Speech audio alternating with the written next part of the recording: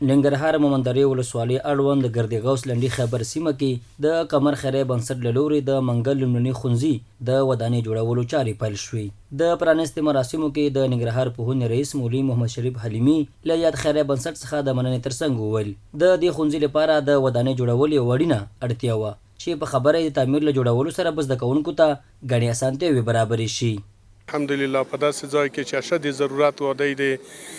دغه خلکو ته د شاګردانو ته یو تعمیر الحمدلله جوړوي او پلان یې دغه افتتاح الحمدلله موږ په الحال کو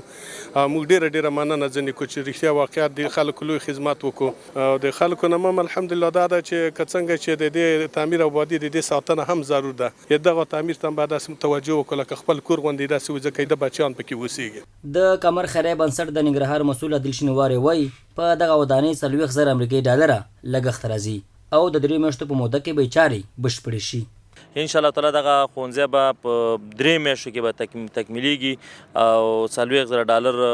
بودیجه ورته فی الحال ځانګړې شوې ده. دغه تعمیر چې جوړیږي دا به ان شاء الله تعالی 6 درسي خونې به یو به پکې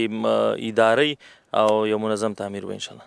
د منګل لومړني ښوونځي سرښوونکی ثابت الله مبارز وایي د ودانۍ د نشتون له امله زده کوونکو له شنه اسمان لاندې زده کړې کولې او له ګڼو ستونزو سره مخ وو چې په خبره یې د ودانۍ په جوړولو سره به درسي بهیر له خنډ او ځنډ پرته پر مخ وړل کیږي.